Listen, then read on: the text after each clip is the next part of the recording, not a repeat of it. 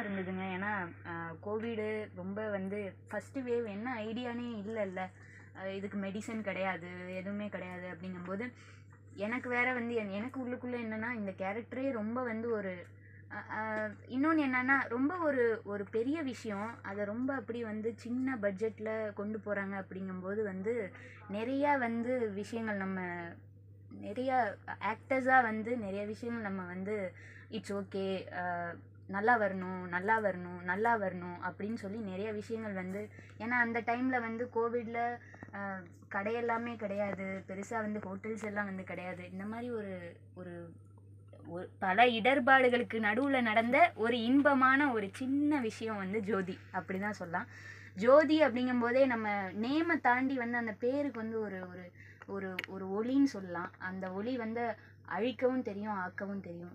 அதுதான் அதுதான் இந்த படத்தில் அந்த ஜோதியை சுற்றி வந்து நல்லதும் நடக்குது, கெட்டதும் நடக்குது. அதுக்கு அவள் எப்படி ரியாக்ட் பண்ணுறா, அதுதான் வந்து கதை.